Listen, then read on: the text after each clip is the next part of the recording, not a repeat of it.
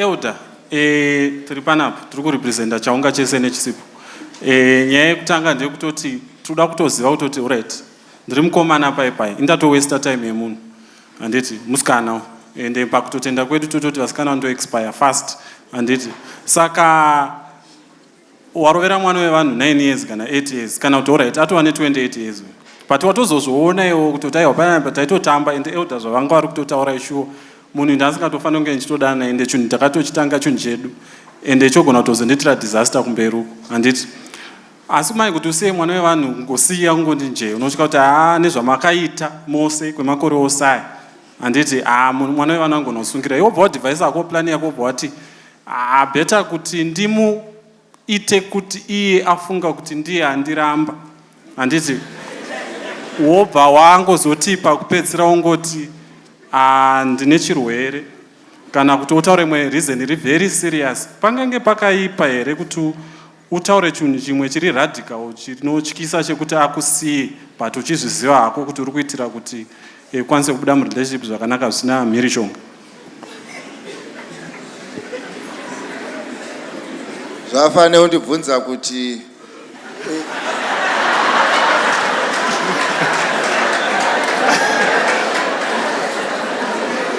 handizive munhu akusi kunetsa zvangu. Wondibvunza kuti ndingashandise long division kana short division pakusolva problem yangu. Iwo uchibuda neanswer. Handizive kuti problem yacho chaiyo ndeyei. Nokuti munhu anoita zvinompa answer. And inini I don't believe kuti pana anowestirwa nguva aripo. Because 9 years munhu wese akainvesta, everyone was there. Hakuna munhu anofanirwa kuchema achiti munhu wakandiwestira time yangu uchitenga mabhanana akaora. Aiwa, but elder rekaiti kubate ipapo titi handi izvozvizvi purpose yekutoparidza ndeyekutoita kuti vanhu vari murima vauye kuchiedza saka pataitowesterana ishuwa taitowesterana but vanhu vazomachuwa spiritually kana kuti wobva watoona kutoti aiwa ini handingarambe ndiripo pane chinhu chine just because ndine zvandakaita ndatokura kandozvatoitika paparidziwa panda kutendekiwa asi manje idzatongovawo tsitsi saka alright kana maramba iyoyo pane suggestion yamangapa here kuti munhu osiwa sei but unyatsoona kuti vasikana vane vari very fragile ndotoona kuti munhu anozvisungirira. Nharo dziripo dziri pauri ndiwo uri kuzviitisa nharo but ini handinamboita nharo nemunhu inini but zvoreva kuti hameno pamwe mune nharo dzenyu dzamunadzo musoro ini handinamboita nharo mungangondipupurirawo. Handinamboita nharo indataura kuti izvo anoda long division anoda short division as long as uchiziva kuti answer unobuda nayo iri correct. Nharo handitomborina panyaya iyoyi. Alright. Alright. Okay. Inini elder dakubvunza kuti is it wise kutanga business ne-girlfriend yako or boyfriend yako? To an extent yekutoti munotosvika pakutozotenga magadgets ekutotanga kutogadzira life munotosvika pakutotanga residential stand ne-girlfriend yako. Hazviri wise as long as mataurirana kuti kana marambana ndezvani.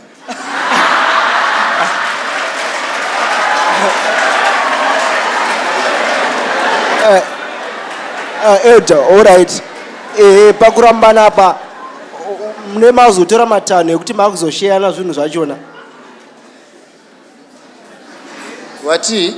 Ndiri kureva kuti alright toti mati zviri wise pakuti mune mabvumirana maita zvinhu zvenyu mese. Vafana unandiudza kuti ndichada kuzotenga mbudzi dzekwadhuve ndombonodzipa chikafu ikoko. Unodzipirei chikafu dziri kwadhuve? Kana dzauya mumba mako kauzodzipa chikafu. Unoda kuita business nemukadzi womuridzi. Alright, saka elder pamuri kungoreva kutongoti at your own risk. Handisi kuti at your own risk, ndati mukadzi wangu haitwe business newe pamusana pekuti muri kudanana. Unoita business nemukadzi wako. Haungaiti alright kana alright business renyu rikabudirira relationship ikabroka.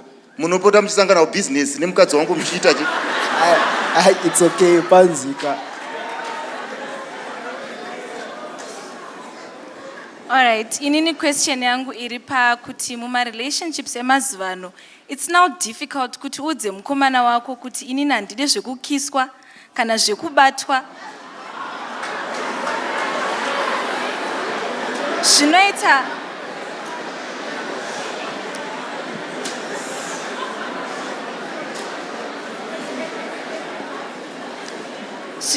as if maybe uri kuda kuita holier than thou, or I don't know. Saka ukapinda murelationship even uchitanga kutaura nemukomana ukamudza kuti inini handisi comfortable nezvekukisana okudii, anotokudza kuti haumbofiwa kuona mukomana asingade izvozvo. Ende ndozvatiri kutosangana nazvo. Nemaresponse amukutoona ndezvekutoti ndozviri kutoitwa, ende vakomana vacho vasingatozvidi havako kana kuti vashoma. Saka tingabatsirikanawo sei panyaya iyi? Ukaona uchida kupa imbwa chikafu kaichida kukuruma haizi yako, kana imbwa iri yako haikurumi. Saka iwewe haungaende relationship yake mukomana, that is why he is dictating the terms. Haizi yako. You don't have a relationship urudanana wega. If the relationship belongs to you, you run it according to your code.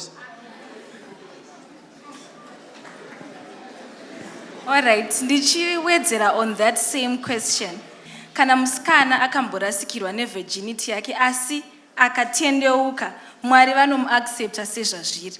Asi mumastreets umo mukutaurika nyaya yekuti kana iwe usisitori virgin, handitokubvisiri mari yakafanana neyandinobvisira virgin. Asi kunokutadzidziswa kunzi kana ndikaluza whatever I lose, but ndikatendeuka Mwari vanondiaccepta as a new creature. So how do we balance the two ideas? Anenge audzwa nani kuti hausi?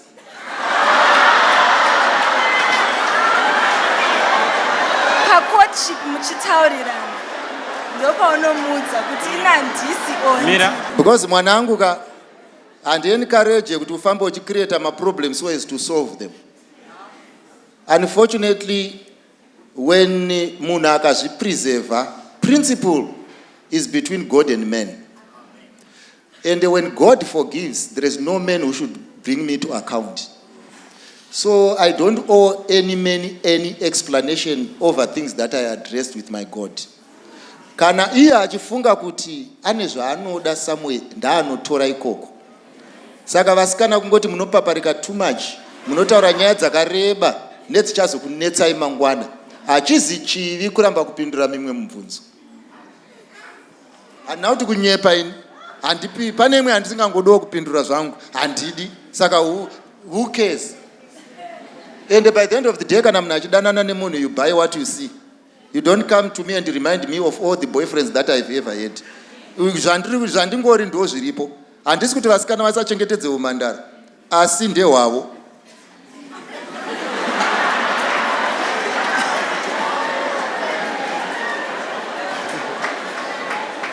Chakanyanya. Alright, tisati tauya pana uyu. Maybe tingawedzera tiri kuside revakomana. Saka chinoitika ndechekuti munhu anokuti uchidana naye mafamba okudzawo kuti ndine body count vanhu 8. In other words, kwandakapfuura nako vanhu 8. Handiti? Obva angozokudza kuti ndatendeuka kwakaparidziwa paya. Handiti? Ndikutaura young men, ndozvandotaura that is stupidity. Haufambe uchitaura CV isingadiwe pabasa rauda upinda. Stupidity. Urunyatsoziva kuti izvo panapa ndikangotaura kuti so basa ndatobuda. Nyangwe vanonyora ma-CV ingawanika pane pamwe paunozorega kunyora dzimwe kambani dzawakasenzera kuti vanoziva kuti haugari. You are very right, Eld. Asi pane extension yequestion yacho ndepekuti yes, musikana ari stupid, but ndagamuchira stupidity yake iyoyo. Kuti ari stupid neniwo futi hai ndine nhoroondo. Asi nyaya yakuda kuti musikana wemanje ndeyekuti akuda kuramba kurara neni achinditi kwai ndakahotendeuka. Saka inini zvakundibata manje kuti inini pandiri ndo paunoda kuritayira.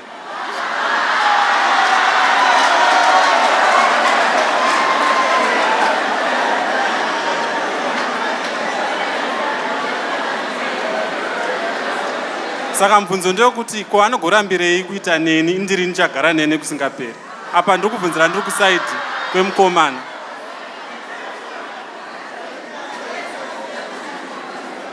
Dambudziko raunaro mwanangu, it's very genuine. Rekuti izvo kana munhu akakuona wakamborarama une history yakaipa, anoda kuti urambe une history yakaipa so as to use that angle to manipulate you kuti uzove neCV yakanyanyisa kuipa. Only the advice that I can give to anyone ndeyekuti no matter where you have been, when the Lord has forgiven you, walk tall. Because when I get into your house to get married, I'm not selling virginity, but I'm bringing a wife. But remember, I didn't say virginity is of no value. But you don't expect from me goods that I cannot deliver. Pamsoro yeuda. Ini mvunzo wangu ndokuti ndaona mkomana ndamuda ndaacta zvaramba. Society yedu yakatoramba inotorina against kuti musikana anokwanisa kuudza mukomana kuti anomuda. Saka ini mvunzo wangu ndokuti is there anything wrong if I can just go and confront mukomana ndomuudzawo maonero angu?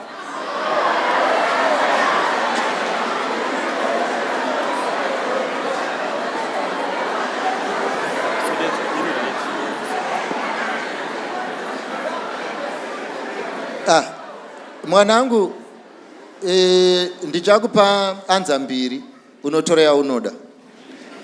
Yekutanga yacho ndeyekuti it is not proper for a lady to approach a man.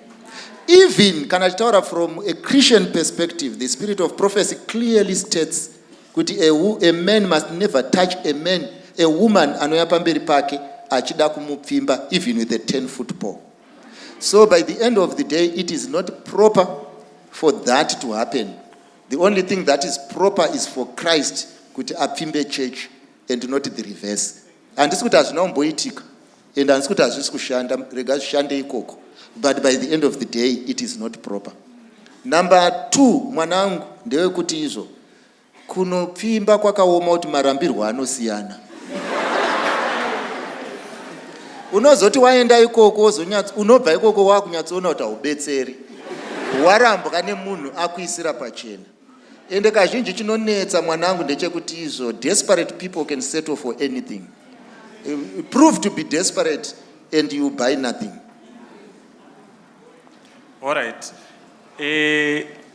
Just a question. I'm not munga comment. I'll say zvamataura maybe togona kuti kuchurch kunyika sterek, but kana taa kuchechi hapana here way yekuti vasikana vanogona kungoactawo. Handakaona Ruth zvakaita zvekuenda unorara kutsoka like zviri mubhaibheri zvezve. But of course mazuva ano haungazorari hako patsoka bhozi vanhu vari kudzimba dzavo dzine majuraho nemagedhi. But hapana here way yekuti musikana anogona kungozviitawo zviri obvious, because zviya zvaiva obvious. Zvazviri zvokuti aingozvifambira wakachena. Ruth haana kunoacta. Naomi reminded Boaz of his obligation. That's all that happened there. Inyaya yakanga yakatopera, Boaz ndiye anga akapeta maziso. So by the end of the day, Naomi akangosumuka akataurira munhu kuti ndo zviripo. I want to tell you, problem inonetsa kana uchinge watanga kudramatize. Issue iripo ndeyekuti you can also for someone dramatizing. Shamwari, chandoda kukuudza ndechekuti izvo kana mazowe akudiwa anotorwa pashelf.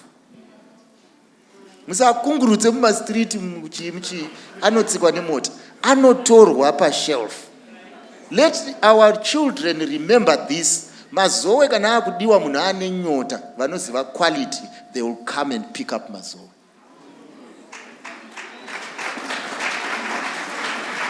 All right, Eld. Okay, in Elder, I have another question. Ndakubvunza kuti zvinonzi sex before marriage, it's a sin. In fact, it's a sin. Okay, sex before marriage, it's a sin, and it. But maita sex, and it. Paitika mwana. Does that mean kuti mwana ye it's a case? Mwana ye ezi mwana haazi case. You get the point? Yes. Mwana ndiye anotori ne case ye irresponsible people vari kuti mwana wavo. Saka kana iye akakutarisa ndimi chituko chaanotoona kuti izvo kana pane vanhu vasina musoro, there are these two people vakandigadzira. All right, Eld. Okay, inini mukunzwisisa kwangu, courtship is... Mind you, handina kuti izvo ndoda kuti mundibate zvakanaka. Handina mwana akazvarwa out of wedlock haana problem. Asi munhu akazvara mwana out of wedlock, ukazvara munhu ari kutambudzika mukati mestreet umu, usafamba uchiti izvo ndo zvandakaitirwa naMwari. It's stupidity. That's all I'm saying. I know you don't want to hear this is stupidity. And I'm not talking to you as you. Wave object lesson kune vasina kuzviita kuti kamhanyiro kaunoita kanounza zvinhu zvinonetsa panyika. Hakuna mwana anoda kuzvarwa nemunhu asingagoni kutenga ice cream. Ndairambe.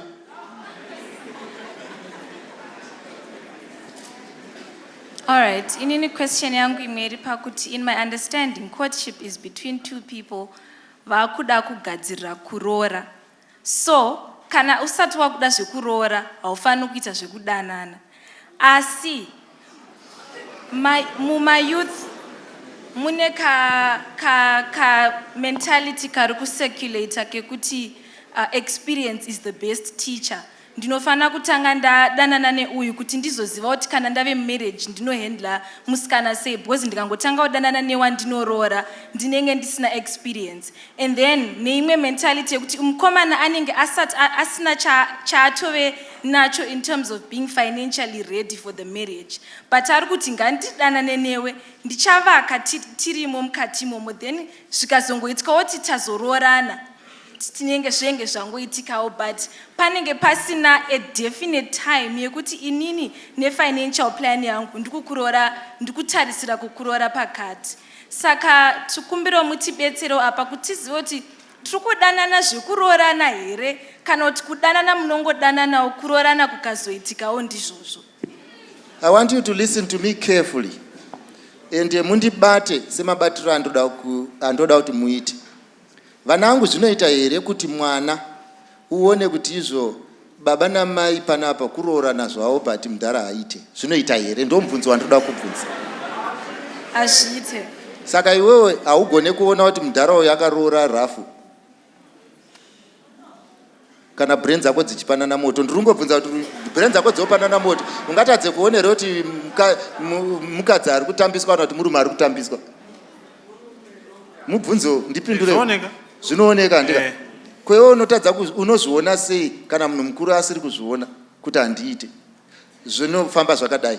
Ndezvekuti ukatanga kupfimba uri mwana mudiki, the parameters of what you call love are defined by a 10-year-old. And when you get married to appease the 10-year-old who set the standard. Saka ukaita mwana ane 13 years ari mature anozviona kuti pari kutamba pwere. Saka vanhu vazhinji vakaroorana tiri kuita kuti zvinhu zvisafambe pamusana pekuti pwere ndo ine standard yakashandiswa pakuroora. Munhu mukuru ari kushaya kuti tiri kuitei pano. Ndo saka iwewe une 13 uri kutoona kuti izvi ndezve 10 years. Pamusana pekuti the criteria that was used was not mature enough. Saka zvamuri kuita izvi zvese zvamuri kuita mahumbwe amuri kuita, itai henyu mahumbwe. As I want to tell you all the acts of folly that you are committing will one day come home to roost. Musafunge kuti you are going to produce a product of mature people when the parameters in love affairs were set by 10-year-olds. This is the reason why vane 30 years vari kungokisana vachirara vese, vane 15 vari kukisana vachirara vese, vane 10 vari kukisana vachirara vese. Why? Pamusana pekuti a 30-year-old is carrying the syllabus yakaintroduced ne 10-year-old. Zvese zvamunoti kudanana zvamuri kutaura panapa mahumbwa makadzidziswa ne a 10-year-old. That's why it's appealing to you kutumira munhu picture yemunhu asina kupfeka. Why? Because your mind is contaminated and that is the best that you are going to get out of life. Ndo zviripo. Ndo saka uchiona kuti kuna vamwe vadhara vanotenda kuzvikoro vachinotora vana. Why? Pamusana pekuti izvo he is 53 in terms of age, but in terms of this act he is 10 year old. It's a 10-year-old running the love affair. Mese zvifungei makagara panapa. Vazhinji venyu muri panapa ndevekuti izvo muri pacollege yenyu asi chimutumurwa ndo chiri kurwana relationship yako, ndo saka wakakanganwa kuverenga.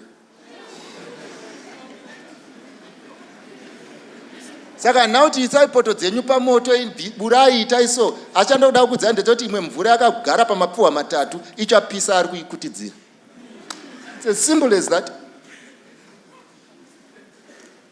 Elder, ini mubvunzo wangu ndewokuti ndapinda murelationship, I'm HIV positive.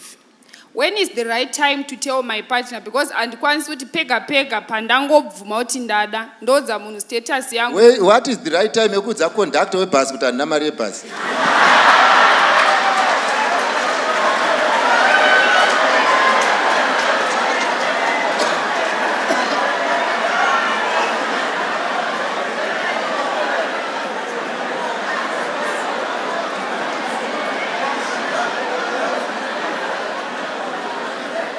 asi elder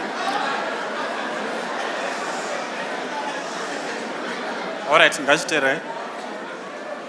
elder ndikangoti ndatanga kudanana naye ndomudza status at the end of the day status yangu inenge yatozara mumastreets ese saka ndodii kureserva status yangu in the same time ndichisharewo nepartner yangu kuti ndikakurumidza kudisclosa zve zvatozara mumastreets ese kuti status yangu yakakanganisika.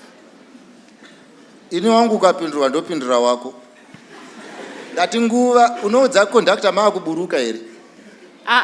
Ndichipinda mubhazi ndo zvakafanana nerudo mwanangu. Ndezvekuti izvo you are not protecting your status. I will repeat. You are not protecting your status. I repeat, you are not protecting your status. But you are trying to keep what you think you may not keep by other means.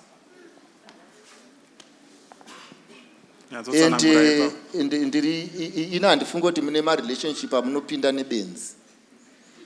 When you date someone who is very mature, especially when you have issues that needs to be discussed. Because inyaya yakakora inofanirwa kudiscusswa before. So by the end of the day, kana une mutoro wawakatakura. I'm not blaming anyone for this. But I'm saying then you should also be careful so that you don't hurt yourself in the process.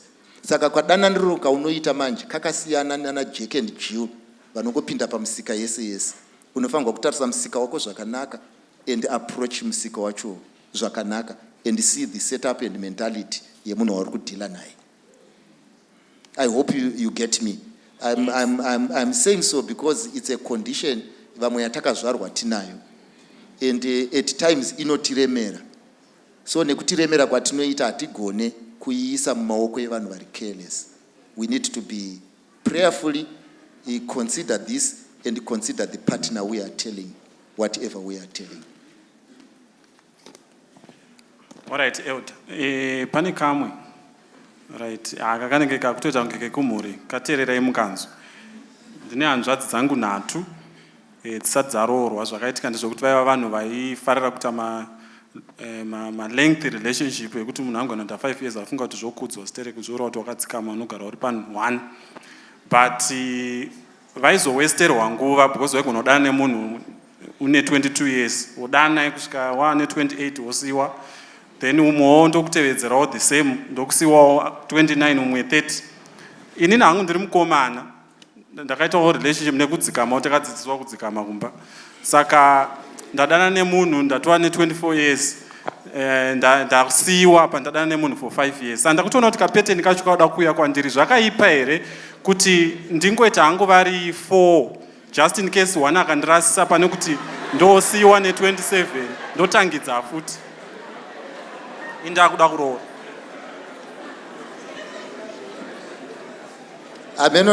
Ameno zvinhu tu izvi zviri separate here. Kureba kwerwendo kunotorwa nenguva yawagara mubhazi here kana nedistance. Pamusana pekuti unogona kukwira bhazi risina kwariri kuenda woita 2 days urimo.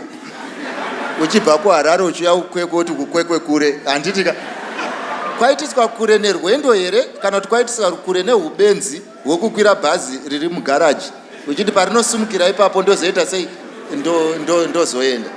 Saka vanhu vazhinji vanodanana vanokwira mabhazi without purpose and then discover purpose later. Ndosaka vana vachiita marelationship ifanika enyu emapenzi ekuma 7 years and what have you kunge uchapuwa pension. But by the end of the day marelationships akadaro haazi health. Asi pamubvunzo wepiri ndewekuti izvo ukamitisa vasikana 9 vanoita mwana ne1 month here. Umwe ati 1 month wotimitisa vasikana vako 9 mwana wacho anozvarwa in 1 month here. Zobatira pakasiyana. Good. Saka nhumbu ichangotora 9 months weza wamitisa vanhu 9. Ndozvakangofanana nekuita vasikana 4 uchiti izvo ndinoda kutsvaga asingazonditizi. Number 1 ichiri patapo waita shortcut yezvinhu zvisina shortcut. Pamusana pekuti the time that you should have invested in analyzing a relationship has been divided into 4. when you marry, you are only marrying by comparison, not by fact. You are comparing 4 people that you had, and maybe you are not going to marry the better one or what have you, but hapana zvawaita. Inini zvandoda kungotaurirana hazvisi zvekuti munhu aite one partner at a time. Ndezvekuti zvakanyanyisa kunaka ingoita one partner. Mungajekesera ipapo pamapedzisira. Chiri kunetsa mwanangu ndechekuti mubhaibheri hatina precedence dzevanhu vaingopfimba kutarisa because vaiisa muridzi wevanhu mberi. Saka zvaive nyore kana uchinge wapfimba kupfimba the correct person. Asi mimi problem iri kunetsa ndeyekuti courtship has become a hobby. Saka the body count yamuri kutaura nezvayo, it is because ihobby kwamuri. Muri kungoti muri kutamba. Your relationships, most of them are not purposeful. You get married by coincidence. But if it is a purposeful relationship, ina Mwari mukati, he does not make a mistake.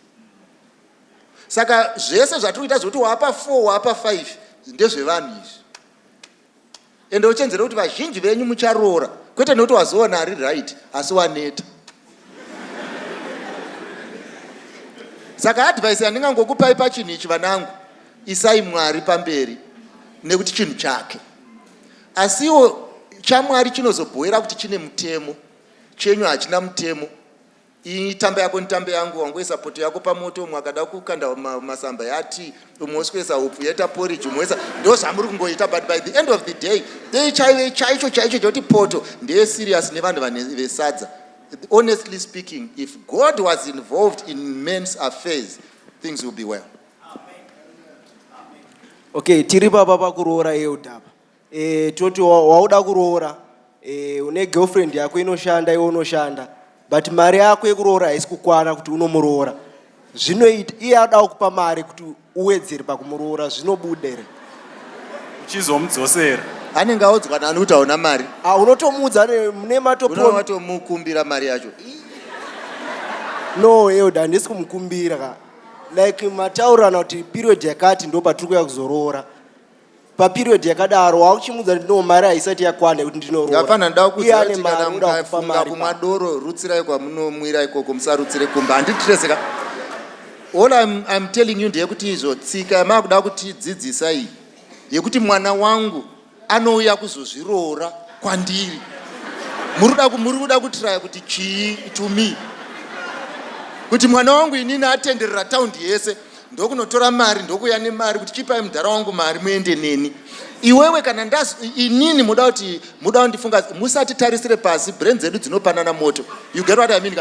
So kana maronga madhaka enyu nezvinhu zvenyu zvamuri kuda kuita kumaraini, I want to tell you, you should learn to respect your parents. Haikona kundigira mari yako iwewe uchizvitengesa kune munhu. And you want me to go and say my daughter has been married when you sold yourself. You should learn to respect, and I repeat, learn to respect us. Musati garise pasi muchitambisa mahumbwe nezvinhu zvamunofunga kuti maronga dondo. Zviri nani mukwasha uyandudze kuti haana mari, ndimupe mwana wangu asina mari, than kuti iwewe uzviroore inini ndo yanjipemberera muchato sebenzi. Saka you must not make a fool out of me. Iwewe ungazvidere iwewe mwana wako akagara apa auye achiroorwa nemari yake. Iwewe toti hamusi kuzviziva. Handiti toti iwewe. Yeah. Saka do unto others what you want others to do unto you.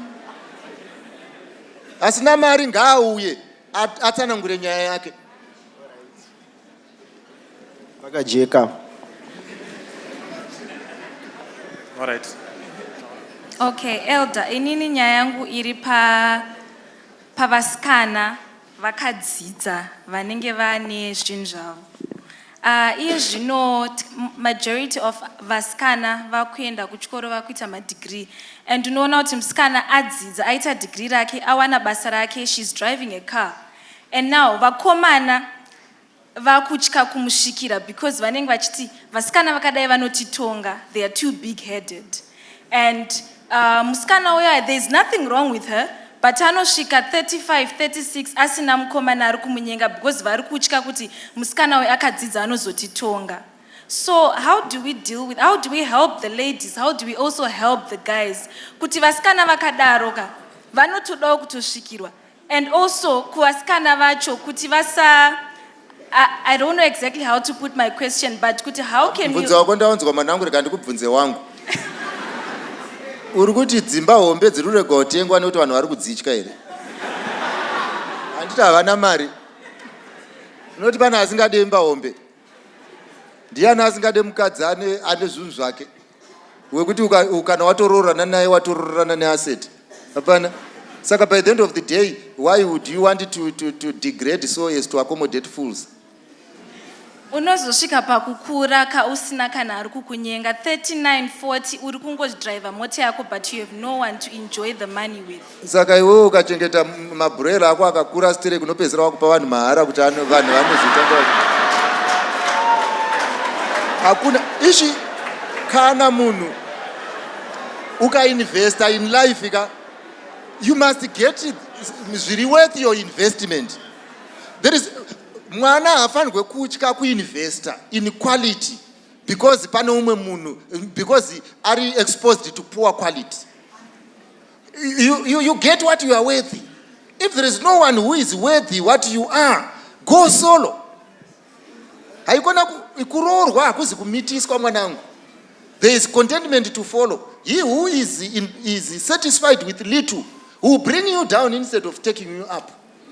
Saka kana pamusika pasina vanokwanisa kutenga tinombosiya bhenzi dziriko. Vanotenderera kumangiriya nechiya ungati izvo chirega itirove yedu tiche chiguma kumasure ita angiriya kuti vanhu vatenge. No. Inoramba yakaita zvayanga yakaita. Saka vana vangu upgrade and upgrade. If you continuously upgrade, these young people will follow. The reason why they are not following, there is no competition. You are all base metal. Kwirai muende pamusoro vazviroore tuone. So on that same note, saka zvikureva kuti nyaya yematype inotori a real issue. Kutoti uyu mukomana is not my type. Yes, it's a very real issue and nyaya yekuroorana kune matype ende chikristo. Ndosaka nyangwe vana Abraham pavaitsvagira vana vavo vakatoti endai munotsvaga ABC because vaitoziva kuti type iri panapa haizi type yemwana wangu. Saka chinoitika ndechoti paunenge uchitofamba panapa hatoripo type isiri yako. Vamwe ndevokupinda navo chechi chete, vamwe ndevokuimba navo mukwaya chete. Kana mapedza ikoko zvatopera, kumwe kwese haizi type yako. Alright, Elder, ipapo iwe toti munhu itype yako asi haisi type yekumba kwenyu. Handinzwisise kuti uri kuti chii. Kumba kwenyu vane vasingatomudi munhu iyeye. The family yekumba kwenyu haimude asi unomuda. Inzwa unzwe mwanangu. Zviri kuitika ndezvinoti when you are marrying we don't marry in a vacuum.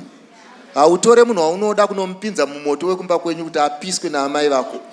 Issue iripo ndeyekuti if you have problems at home, sort them out before you bring someone else's daughter. Hatidi kuti mwana vedu vanoita nyaya dzana Romeo and Juliet zvekunyeperana kuti izvo hanzi izvo moto uchidzima wega. And then normally blood is thicker than water. Mangwana makuseni uchango uchitizo just accommodate her, she is my mother. When you really know that your mother is not making sense. So if your mother does not make sense to you, how do you want her to make sense to my daughter? You would rather go and get a type or don't get married. All right. Vanonetsa vana vangu ndoda kuti ndikuudzei. Nyaya dzeRomeo and Juliet ukatarisa kuseri kwebhuku riya rakanzi fiction. Chandoda kukuudza chechokwadi ndechekuti izvo. If you are not accepted in the family, you may have a very difficult ride. Saka when you are making this assessment, don't be very emotional. You must know he is not marrying you for himself only. Unless he has stamina where he is going to stand by you. But many a time you will find you will be left alone. Kungokutaurirai zviriko kwatiri uko. Unozonzwa umwe musataura kuti hausi kunzwisisa mai vangu, iyo ndio itori hanzvadzi yangu, iyo ndio chitori chakati ende hanzvadzi yake zvechokwadi. So don't get married to be understood by people who do not want to understand you. Why are you marketing yourself on the wrong market? Hakusi kuita. Period. All right, Elder. Ndaida kuzoti value yemakota pair ndeyekuti rine value Zimbabwe renyango rakuchina kusina anorida. nyaya yangu iri pakuti uyu anogona mataura nyaya yevalue yaya kuti ndine value but ozvisa pamusika pasina anoda kutenga. Hazvingange here zviri nani kuti acompromise zvimwe zvinhu nekuti market yaava hainyanyisi kuda makutapeya aitake banana. Saka uda kuedza kunditaurira kuti izvo matiger fish oita matemba pamusana pekuti izvo kune musika wematemba ku totora kamatiger fish tonoaisa mumarket yemani tochinja market hatingachinje quality. We cannot downgrade to suit you. Saka imi vakomana vazhinji mugere panapa muri kuita busy kuita marombe and you want vana vese kuti vaite marombe vanakidzwe next to nothing. Hakuna munhu anorarama kuda kuzoita nhamo. And I don't want to personalize nhamo. Why do you want mwana wevanhu kuya kuzopersonalize nhamo kuti akwane mauri? What is marriage going to give here? What is it that you want to give here in marriage when you have nothing to give? Izvi panapa ndekuti if you want to marry someone, you want to upgrade.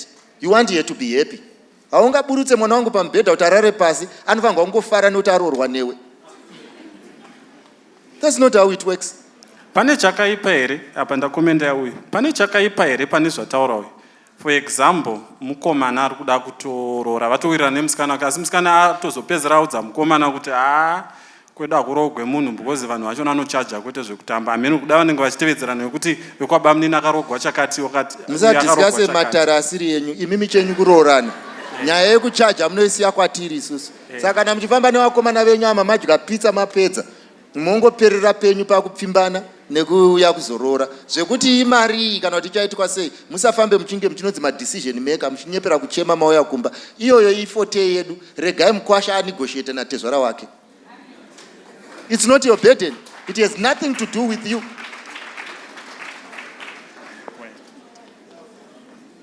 All right. Nemhaka yetime tichangoti tihwe macomments ekupedzisira saka you can just comment something zvichiregerako zvemibvunzo yakawanda maybe just a little kana une chaunoda kukomenda ubva ungokomenda tichienda takadai kusvika kuna Yeuda. Mukuvharira, may you please just help us in summary kuti how best can we be able to choose our life partners because it's really bothering us. Saka tinganyatsobetserekana say in summary just the qualities that we can at least look for in our prospective partners. The first thing that you need to do is to understand yourself before you go out understanding people.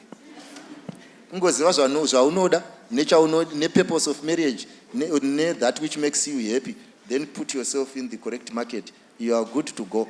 Issue panapa ndekuti you are going there to date and when you find the guy exciting, you try to justify him for a marriage partner.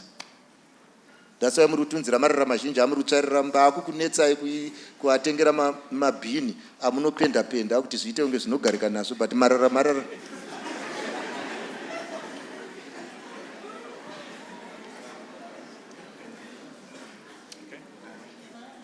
Alright, Elder, kana mune final remarks moda kuti mutaure ingoi.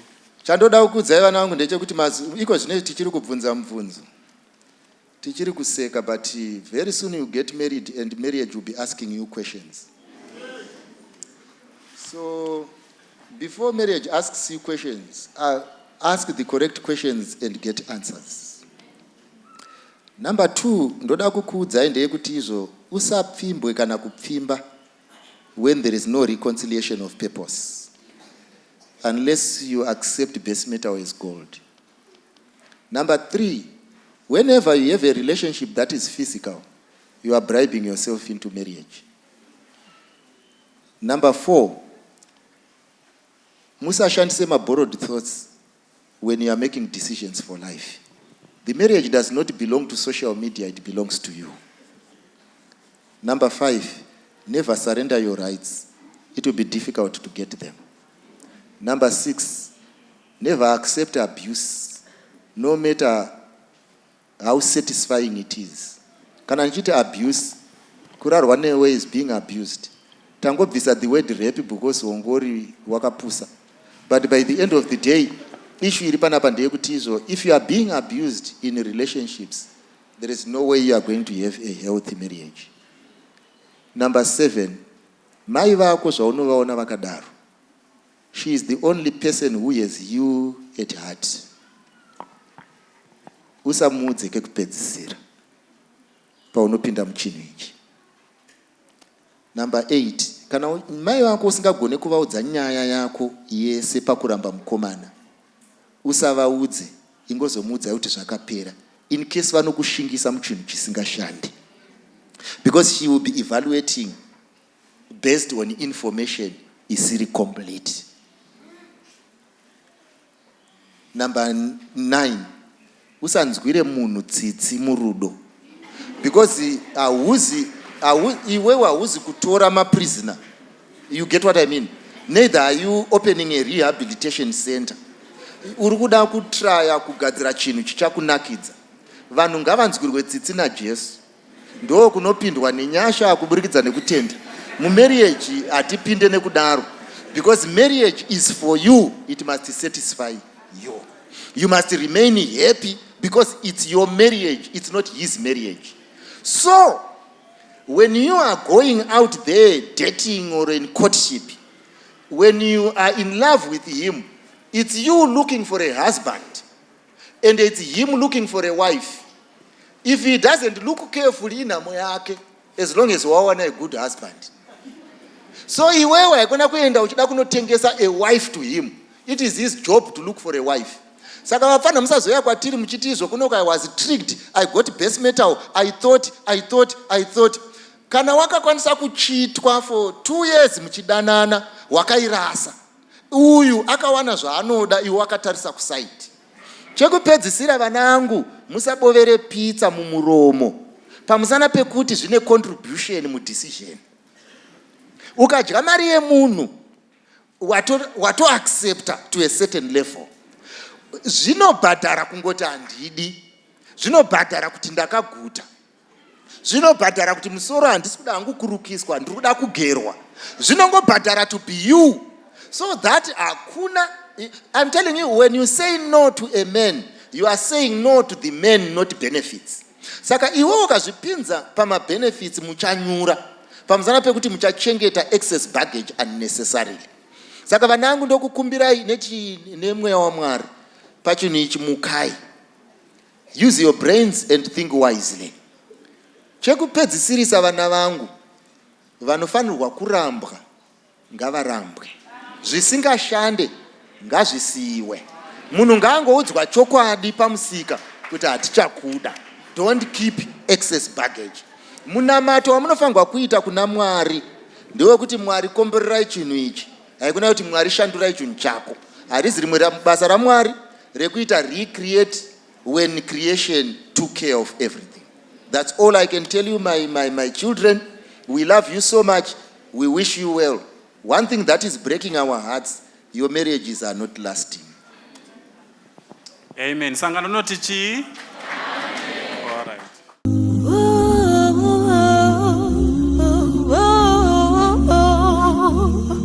Oh, Baba, Tajema, Taneta.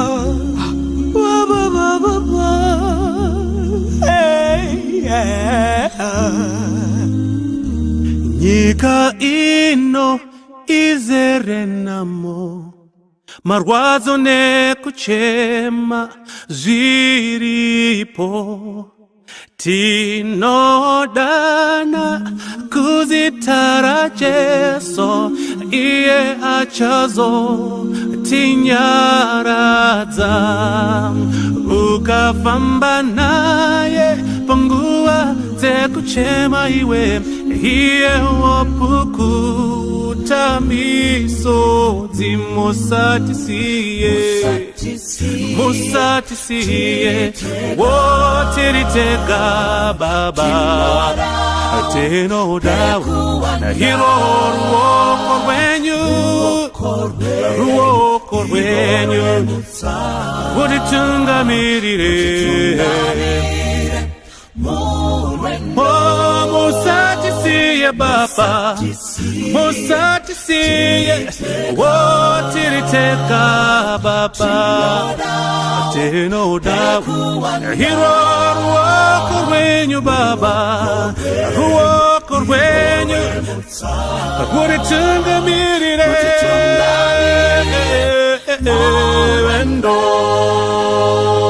tinosangana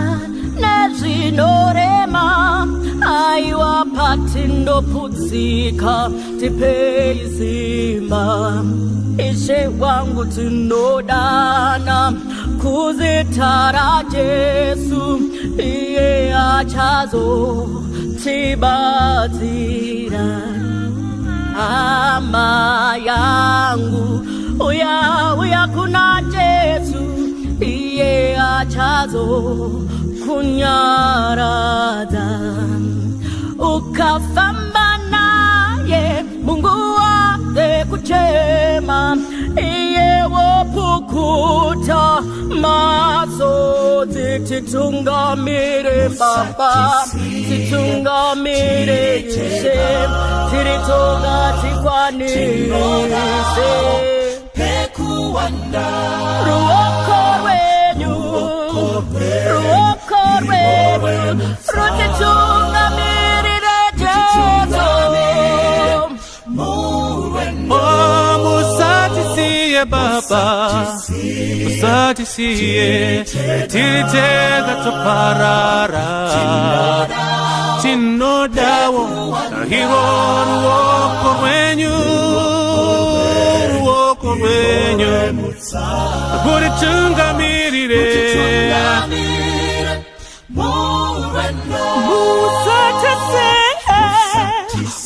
musatisiye tiritega tinodawo pekuwanda pekuwanda wemutsa kutungamire zira inyamizwa inaba yenemikweta yenorema mukaterega tinokarasa musatise tiritega zira inyamizwa inaba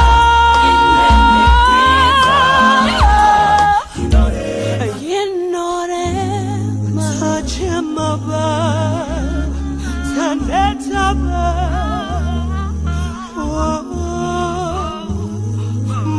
ukafamba naye Mungu wate kuchema iye wopukuta